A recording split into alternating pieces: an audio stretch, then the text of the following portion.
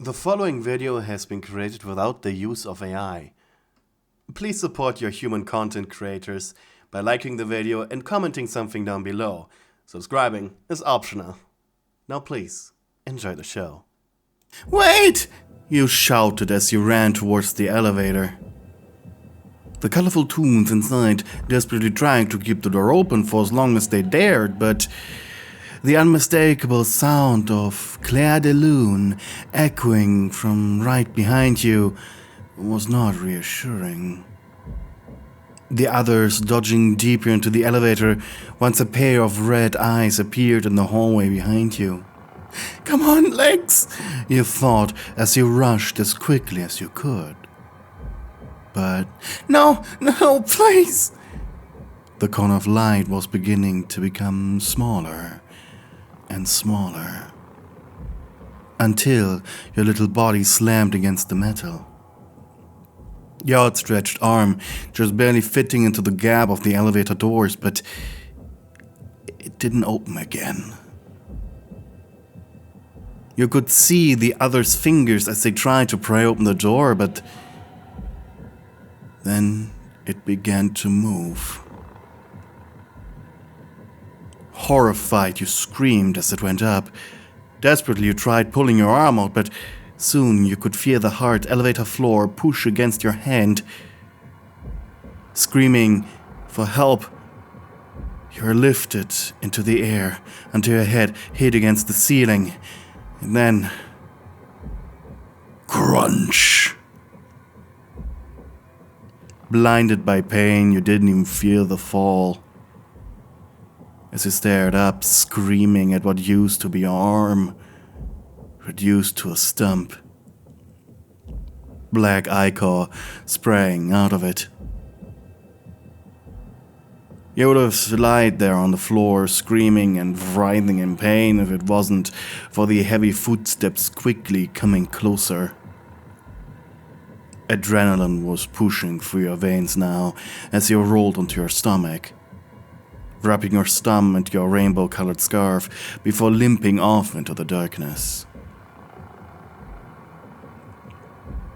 Your name was Poof, a lamb toon.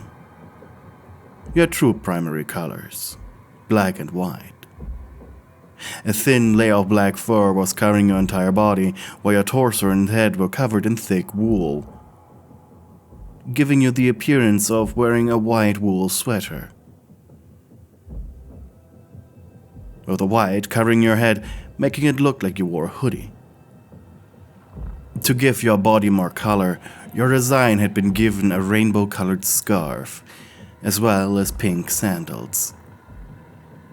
You weren't a main character, only really appearing in 2 episodes in the background, for filler. Though there had been a short-lived 6-panel comic series on the backs of cereal boxes, which depicted your character as easy to frighten and breaking easily under pressure. The lessons you learned in these comics always ended on how to deal with anxiety. Well, now, all of those lessons were practically wiped away from your memory as you were running for desperate survival. Your scarf and wool covered in black ichor as you tried desperately to not cry so loud. The problem came from your tears and the darkness alike. You didn't know where you were running to. You just knew as long as your legs kept pushing you forward, you continued breathing. And it wasn't until you tripped over an empty soda pop can and your face meeting the floor that you remained still for a moment. You managed to not sob for a few seconds. You bit your lower lip as hard as you could, holding your breath. Your ears perked up. Silence.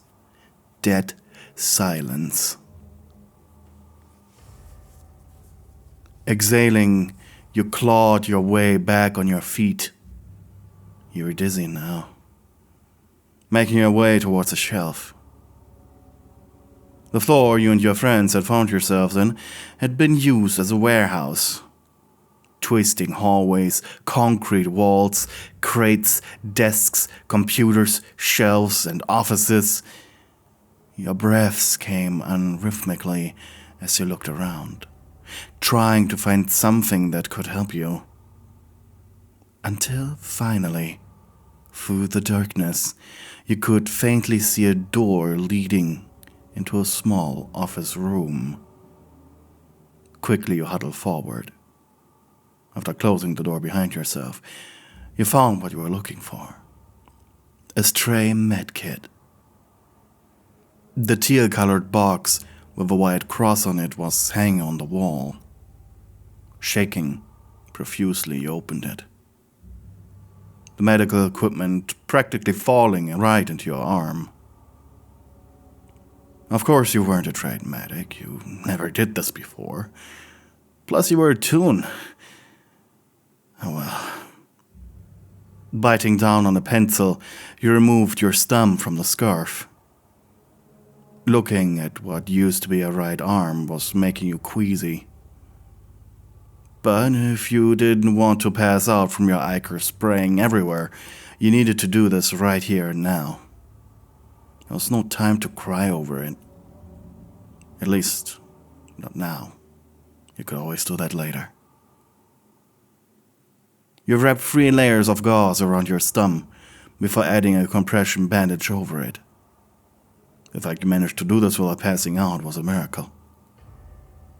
Your hand shaking, you then reached for the bottle of cheap painkillers, taking an entire mouthful, before shuttling over into the office's corner, quietly sobbing, in self-pity, self-defeat, pain.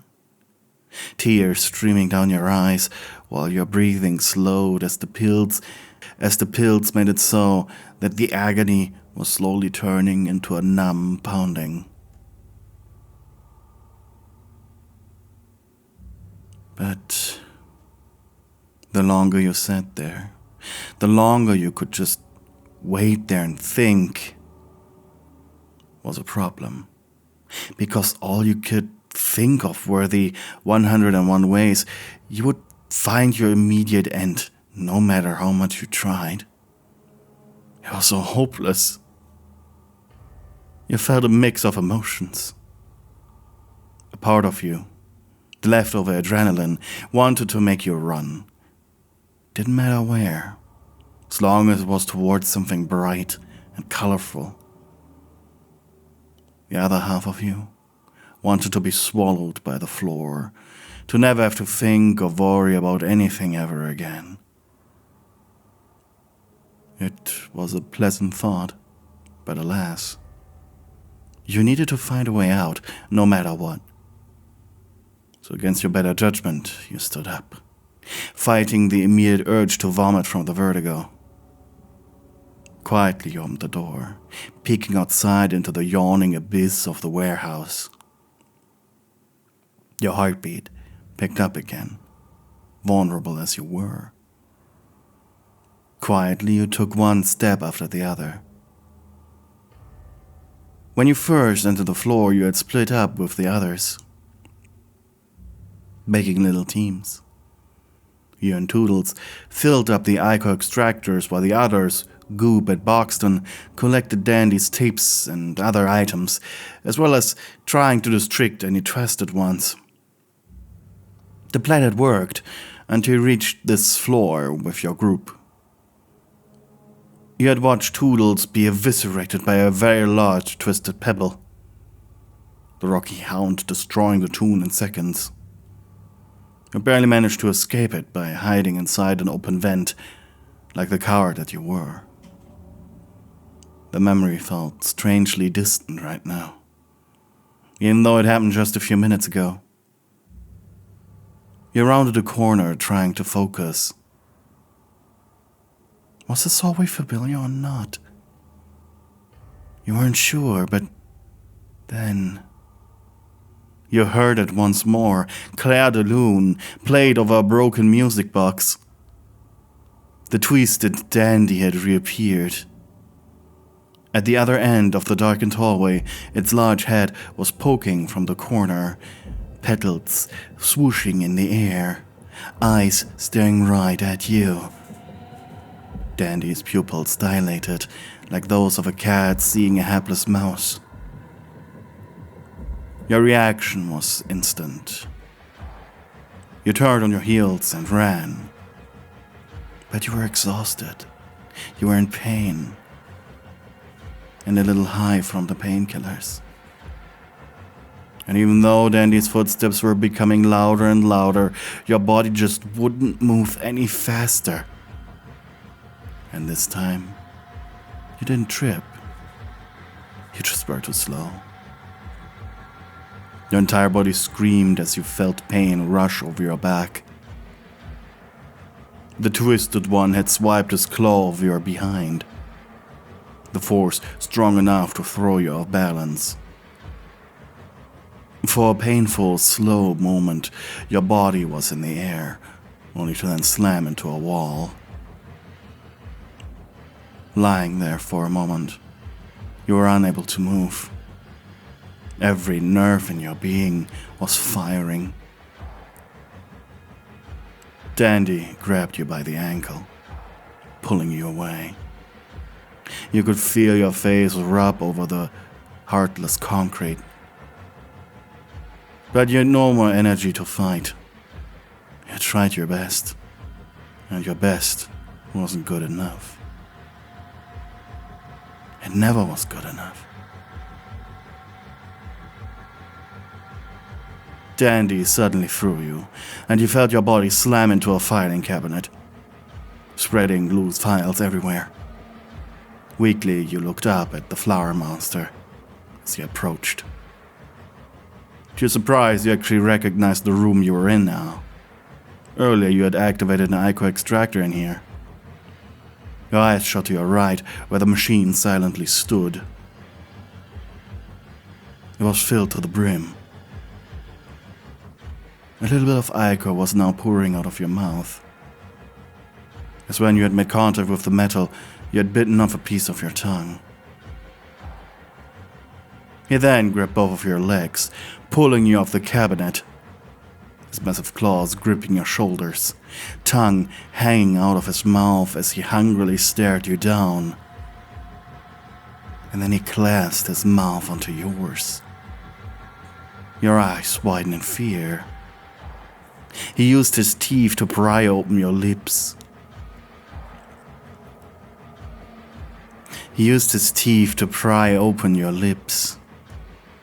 You shuddered.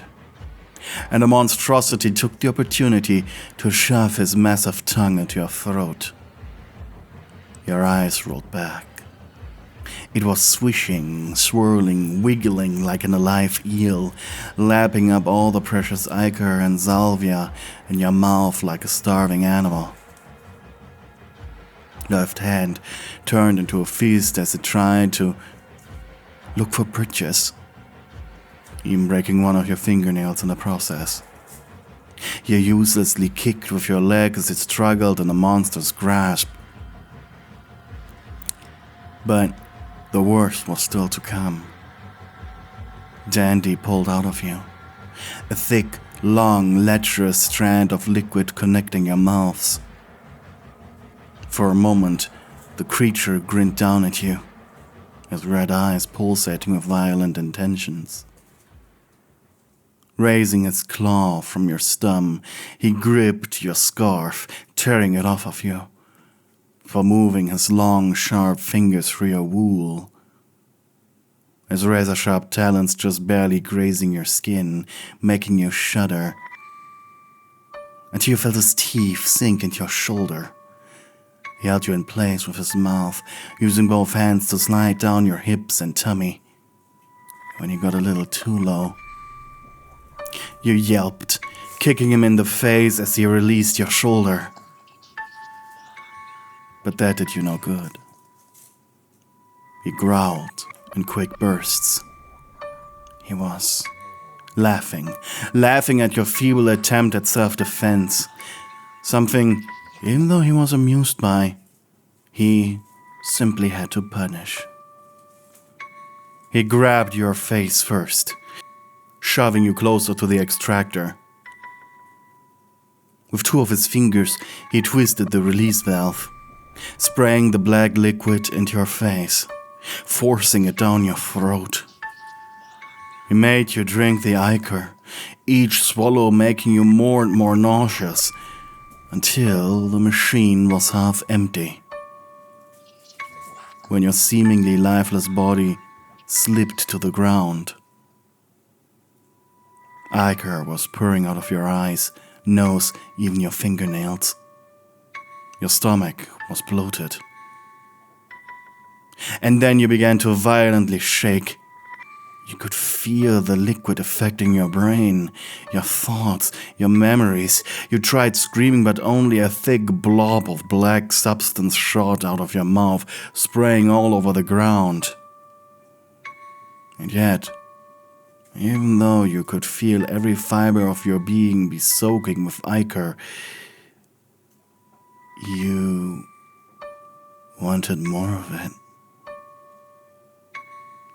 The monstrous dandy was pleased with himself, as you had stopped struggling, finally. Your body just lying there, ready for him to take. He licked your face clean before kissing you again and spreading your legs with his hands. Now, with your mind thoroughly shattered, he could do whatever he wanted with you. And he wouldn't want it any other way, as your now red glowing eyes stared into his. Hey, you watched the video until the very end. That's very kind of you. But before I say goodbye, I have to shout out all of my lovely channel members, especially my high-ranking darling stewards, who get a members-only video every month. Join the tier for just $4.99. Anyways, we have Nicolai Hatcher, Maxi Cat, Alison Watkins, Bella Mare, Mystic Jade 111, Giovanna Moretti, Twilight Mia, Angry Boxman, Hella, Anonymous Weep, and Nicodemus D. Thank you for supporting me. Also, thank you to everybody else who is supporting me. You are keeping me alive.